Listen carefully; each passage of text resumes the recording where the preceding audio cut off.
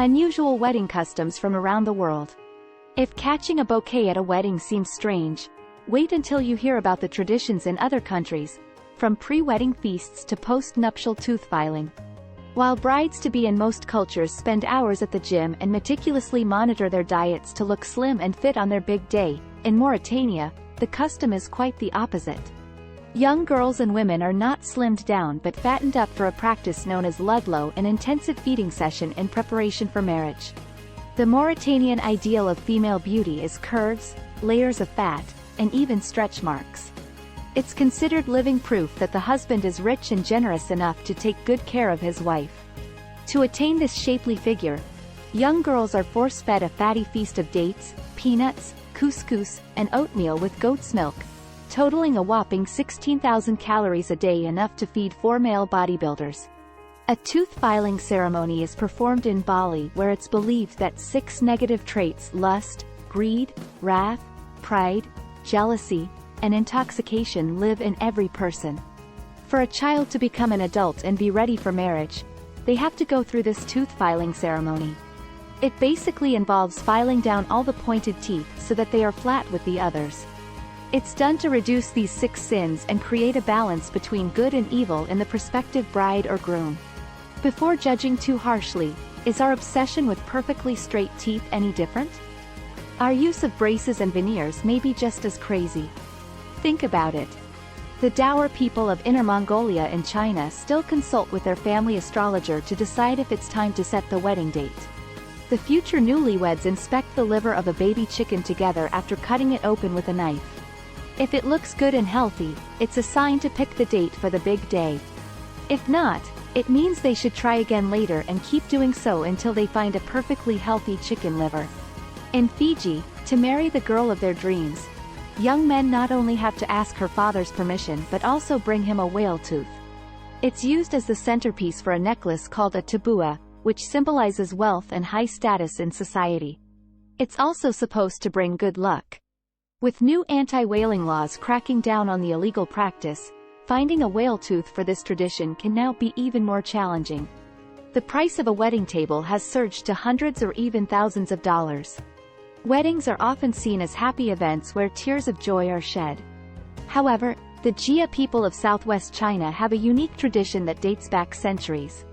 A Tujia bride starts crying a month before her wedding day. 10 days later, her mother joins her, followed by her grandmother a few days later. Finally, her sisters and aunts join in and they all cry together for an hour every evening. While crying, the bride utters different words which make up a legitimate crying marriage song, which is considered an expression of joy. In India, some women choose to marry trees based on their astrological sign. Mung-Gleeks, or those born when both Mars and Saturn are under the 7th house, are believed to be cursed to break the spell that would cause their prospective husband to die early. To break the curse, they marry a tree first. Unfortunately, the tree is destroyed right after the ceremony. Marrying dogs, goats, and other animals for the same reason is also a common practice. Scottish brides may want to look their best on their wedding day, but tradition makes it challenging. Their friends and family joyfully throw molasses, ash, feathers, flowers, and other unpleasant things at them. This blackening rite is believed to ward off evil spirits and bring good luck. After being covered in filth, the bride is then tied to a tree.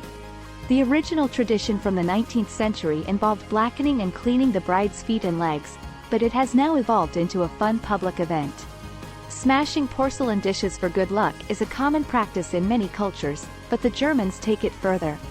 At German weddings, guests can smash porcelain and ceramic tableware, and the newlyweds have to clean up the mess as their first shared task. In some regions of the country, a log is sawed in half instead. If they can perform this task without squabbling, they are sure to overcome any future challenges they may face in their life together. On their wedding day, Indian grooms have an extra reason to feel stressed. They must remove their shoes before walking down the aisle. Once they arrive at the altar, the battle begins. The groom's family has to protect the shoes from being stolen by the bride's family. An Indian wedding is typically not a small-scale event. Typically, Congolese weddings have around 500 guests. However, it may surprise you to know that the bride and groom won't be smiling throughout the entire ceremony. This is not because they hate each other or are not willing to leave their single life behind. In fact, they do this to showcase their deep commitment to their future family. Can you imagine all of the guests fighting over one pair of shoes? That surely would be a challenge. Marquis Island in French Polynesia has a peculiar tradition that is carried out to welcome new family members. After the wedding ceremony is over, all guests lie face down in the dirt to create a human rug. The newlyweds then walk all over them as a symbol of their powerful bond. In another tradition, sometimes, during Messiah weddings, fathers try to trick fate by showing their disapproval of their daughter's new family. This is by spitting on the bride's head and breasts, in a gesture of blessing for their future. Let's hope it brings good fortune. Which of these traditions sounds the craziest to you? We'd love to hear your thoughts in the comments below. If you enjoyed this video, give it a thumbs up and share it with your friends, so you can discuss it with them later. And if you're new to our channel, don't forget to subscribe so you can be the first to get our latest updates. Stay with us on the bright side.